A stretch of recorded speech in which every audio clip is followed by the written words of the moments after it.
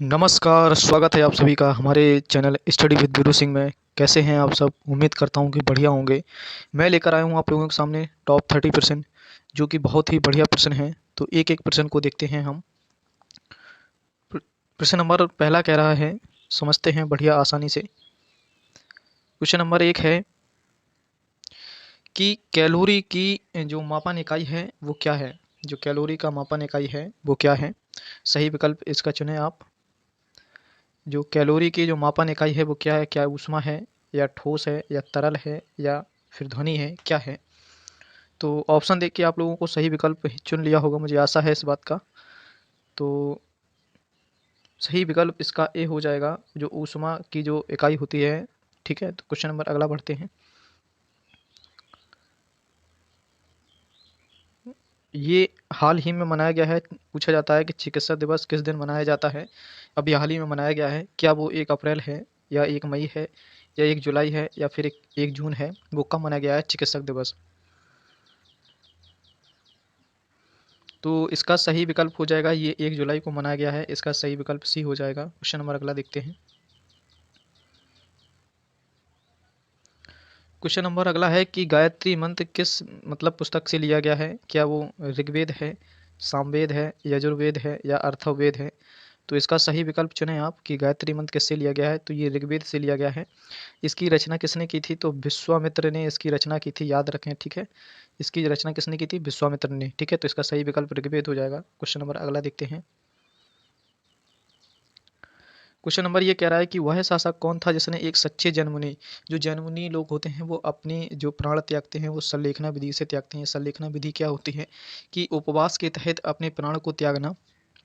उसी पद्धति से किसने अपने प्राणों को त्यागा था? क्या वो बिंदुसार था, या अशोक था, या चंद्रगुप्त मौर्य था, या अन्य था?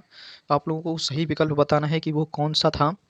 तो इसका सही विकल्प हो जाएगा, ठीक है, इसका सही विकल्प हो जाएगा कि जो चंद्रगुप्त मौर्य थे, ठीक है, जिन्होंने अपने प्राणों को संलेखना विधि से त्याग दिया था। तो क्वेश्चन नंबर अगला देखते हैं। क्वेश्चन नंबर कह रहा है कि जो देश बंधु हैं उपाधि कैसे दी गई है देश बंधु की? ठीक है, एक पूछा जाता है देश बंधु, एक पूछा जाता है दीन बंधु। ठीक है, दोनों याद रखें, दोनों ही इंपॉर्टेंट हैं। कोई ना कोई पूछ लिया जाता है कि देश बंधु और दीन बंधु इन किन्हें कहा जाता है। पहले देखते हैं देश बंधु। क्या बी आर अम्बेडकर को कहा जाता है, या विपिन चंद्र पाल को, या रविंद्रनाथ टैगोर को, या चित्तरंजन दास को? तो इसका सही विकल्प हो जाएगा डी। जो देश बंधु की संज्ञा दी गई है वो चित्तरंजन दास को दी गई है।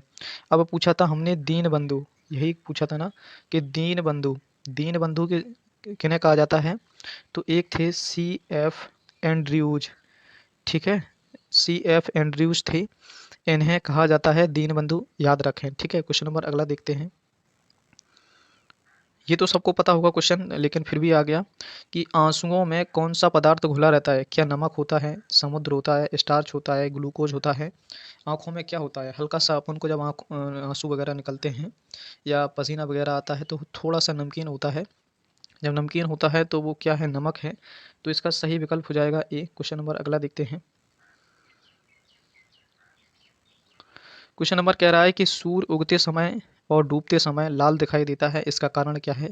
बहुत ही सिंपल प्रश्न है और इम्पोर्टेंट भी है। उम्मीद है कि आशा करता हूँ कि आप सभी इस प्रश्न को कर चुके होंगे, क्योंकि ये बहुत ही इम्पोर्टेंट और सरल प्रश्न है। तो इसका सही विकल्प हो जाएगा प्रकीर्णन। अगला प्रश्न देखते हैं।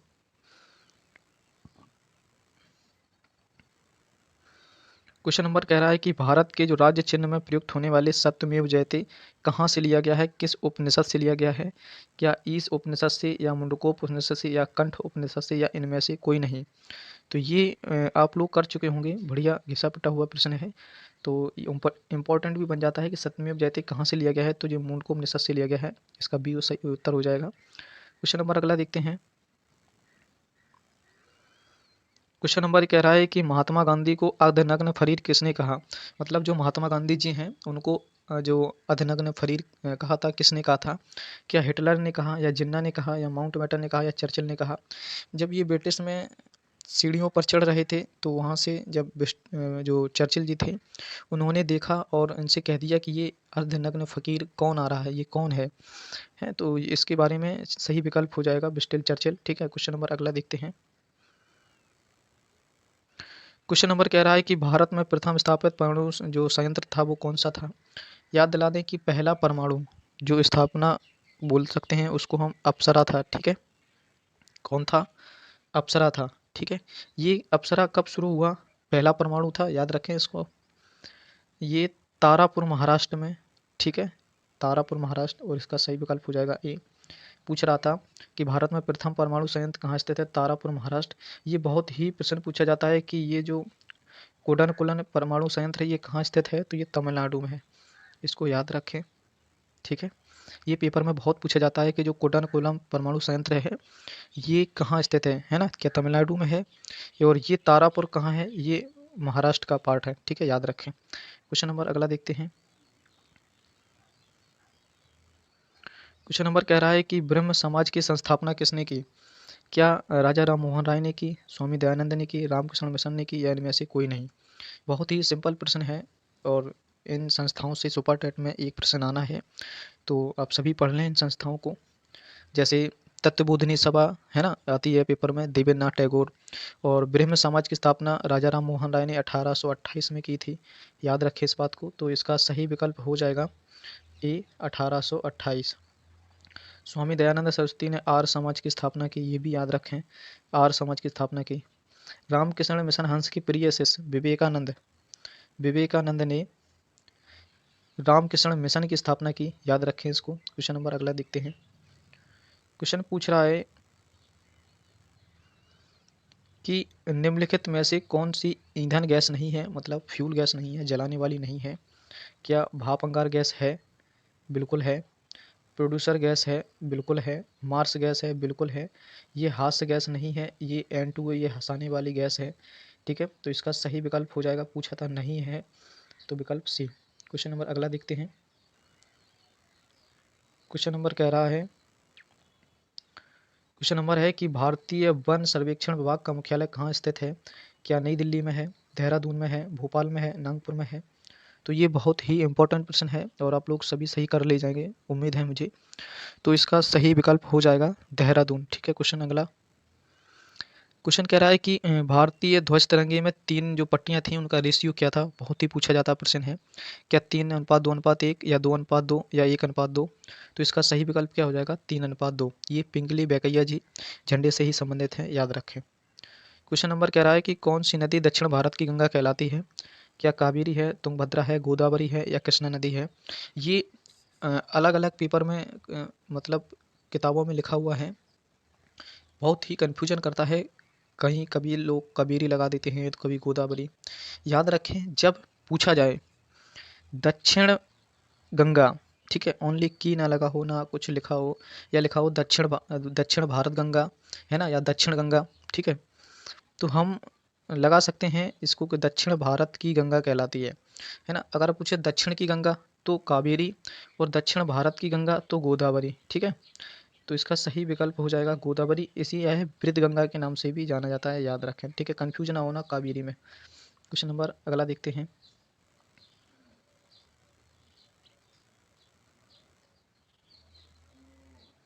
क्वेश्चन नंबर कह रहा है कि नोबेल पुरस्कार प्राप्त प्रथम भारतीय महिला कौन सी थी? क्या वो इंदिरा गांधी थी, या मदर टेरेसा थी, या किरण बेदी थी, या फिर सरोजनी नायडू थी? नोबेल पुरस्कार से प्राप्त महिला पूछ रहा है, प्रथम महिला कौन सी थी? तो इसका सही विकल्प हो जाएगा मदर टेरेसा, ठीक है, शांति के लिए इन्हें नोबेल पुरस्कार दिया गया था। क्वेश्चन नंबर अगला देखते हैं। क्वेश्चन नंबर पूछ रहा है निम्नलिखित में से किस पौधे में लेटेक्स नहीं पाया जाता, मतलब ये लेटेक्स जो है वो नहीं पाया जाता? क्या पपीते में, बरगद में, या ओक के पेड़ में, या नीम में? तो ये लेटेक्स नहीं पाया जाता, ये नीम में नहीं पाया जाता, इसका डी विकल्प सही हो जाएगा। क्वेश्चन नंबर अगला देखते हैं। क्वेश्चन नंबर पूछ रहा है किस देश को यूरोप का मरीज कहा जाता है? क्या तुर्की को कहा जाता है, फ्रांस को, या जर्मनी को, या इटली को? तो इसका सही विकल्प हो जाएगा ए, कि जो तुर्की, या फिर टर्की भी कहीं मिल जाएगा, तुर्की टर्की एक ही है यूरोप का मरीज, ठीक है। एक क्वेश्चन में यहाँ से और याद रखें, पूछा जाता है कि एशिया का मरीज किसे कहा जाता है? एशिया का मरीज कहा जाता है चीन को, ठीक है, याद रखें। एशिया का मरीज चीन, यूरोप का मरीज तुर्की। क्वेश्चन नंबर अगला देखते हैं। गेहूं के दाने में पाई जाने वाली प्रोटीन को क्या कहते हैं? क्या एल्बुमिन कहते हैं, या ग्लूमिन कहते हैं, या ग्लूटेन कहते हैं, या हिस्टोनिन कहते हैं? क्या है जो गेहूं में पाया जाता है, वो कौन सी प्रोटीन है? तो इसका सही विकल्प चुनें। तो इसका सही विकल्प हो जाएगा जो ग्लूटेन होता है वो गेहूं के दाने में पाया जाता है। क्वेश्चन नंबर अगला देखते हैं। उत्तर प्रदेश में चंदावर का प्रसिद्ध युद्ध कब हुआ था? ये किसके बीच हुआ था, ज़रा सा आप लोग बताएं। क्या 94 में हुआ था, 1205 में, या 1188 में, या 1199 में, ये कब हुआ था? तो इसका सही विकल्प हो जाएगा 1194 में चंदावर का युद्ध हुआ था। किन के बीच हुआ था? मोहम्मद गौरी और राजा जयचंद के बीच हुआ था। ठीक है, चंदावर के युद्ध में, जब इसमें मतलब गौरी की जीत हुई थी इसमें, ठीक है, और राजा जयचंद हार गए थे। इसको याद रखें। क्वेश्चन नंबर अगला देखते हैं। क्वेश्चन पूछ रहा है, भारत में अंग्रेजी शिक्षा प्रारंभ की थी, मतलब भारत में अंग्रेजी शिक्षा को लाने वाला कौन सा जो वायसराय था वो कौन था? क्या लॉर्ड कर्जन थे, या लॉर्ड मैकाले थे, या फिर लॉर्ड डलहौजी थे, या फिर लॉर्ड माउंटबेटन थे? याद रखें इसको। तो इसका सही विकल्प हो जाएगा लॉर्ड मैकाले जी ने अंग्रेजी शिक्षा भारत में प्रारंभ की थी। लॉर्ड कर्जन से याद दिला दें कि इन्होंने बंगाल विभाजन किया था 1905, बहुत ही पेपर में पूछा जाता है। लॉर्ड डलहौजी जो कि रेलवे जाल से संबंधित हैं, रेलवे बिछाया इन्होंने, रेलवे का पितामह या जो भी बोलते हो। और लॉर्ड माउंटबेटन, इन्होंने मतलब जो स्वतंत्रता था उन दो बांटा गया था, है ना, स्वतंत्रता से संबंधित थे लॉर्ड माउंटबेटन योजना के द्वारा। तो क्वेश्चन नंबर अगला देखते हैं। फिलहाल इसका सही विकल्प हो जाएगा इसका लॉर्ड मैकाले। क्वेश्चन अगला देखते हैं। होम रूल जो लीग था या होम रूल आंदोलन था, ये किसके द्वारा चलाया गया था? क्या बाल गंगाधर तिलक, यानी बेसेंट, या सरोजिनी नायडू, या महात्मा गांधी? ठीक है, तो ये होम रूल लीग था, इसकी स्थापना बाल गंगाधर तिलक ने की थी 1916 में। याद रखें कब की थी? 1916 में। इसको चलाया किसने था? एनी बेसेंट ने। याद रखें इसको। इसका सही विकल्प बी हो जाएगा। ठीक है, इसका सही विकल्प बी। क्वेश्चन नंबर अगला देखते हैं। फोर्थ स्टेट पद किससे संबंधित है? मतलब बोलते हैं इसको चौथा खंबा। क्या बोलते हैं? चौथा चौथा खंबा। ठीक है, किसको बोलते हैं बताएं जरा। फोर्थ स्टेट, क्या व्यवस्थापका को बोलते हैं, या पैतृक भवन को, या न्यायपालिका को, या प्रेस को? तो फोर्थ स्टेट चौथा खंबा प्रेस को बोला जाता है, मीडिया को बोला जाता है। याद रखें। क्वेश्चन नंबर अगला देखते हैं। ये गुड फ्राइडे किससे संबंधित है? क्या ईसा मसीह के जन्मदिन होता है, क्या वो गुड फ्राइडे बोलते हैं? क्या ईसा मसीह को सूली पर चढ़ाया गया था उस समय बोलते हैं, या पुनर्जन्म हुआ था तब बोलते हैं, या फिर अंतिम भोजन किया था तब बोलते हैं? तो इसका सही विकल्प हो जाएगा जब इन्हें सूली पर चढ़ाया जा रहा था, तो इसी समय इसको गुड फ्राइडे बोलते हैं। इसके और अन्य 3 नाम हैं, कन्फ्यूजन नहीं होना, जैसे ब्लैक फ्राइडे, मतलब इन्हें सूली पर चढ़ाया गया इसलिए इसका ब्लैक फ्राइडे बोल दिया, होली फ्राइडे बोल दिया, गुड फ्राइडे बोल दिया, ग्रेट फ्राइडे बोल दिया। ठीक है, ग्रेट मानी महान, ठीक है, महान दिन था उनके लिए। ब्लैक मानी काला दिन था। होली मतलब Holi Friday, good Friday, great Friday, black Friday, Holi Friday, ये एक ही दिन है। ठीक है, ये सूली पर चढ़ाए गए, तो इसका विकल्प भी सही हो जाएगा। क्वेश्चन अगला देखते हैं। क्वेश्चन कह रहा है कि विजय स्तंभ कहाँ स्थित है? क्या दिल्ली में है, राजस्थान में है, या फिर फतेहपुर सीकरी में, या झांसी में? ये कहाँ स्थित है विजय स्तंभ?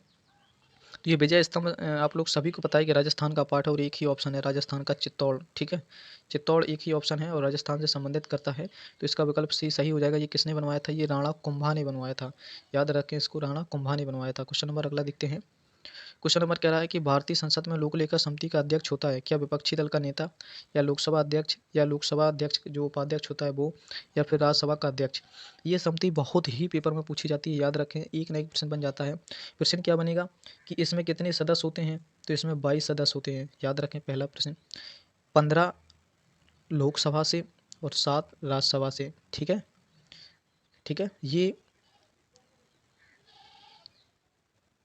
22 सदस्य होते हैं, 15 लोकसभा से और 7 राज्यसभा से। ठीक है, अब एक क्वेश्चन यही पूछा गया है कि समिति का अध्यक्ष कौन होता है? तो इसका सही विकल्प हो जाएगा जो विपक्षी दल का नेता होता है उसको इस समिति का अध्यक्ष बनाया जाता है। ठीक है, विपक्षी दल के नेता को।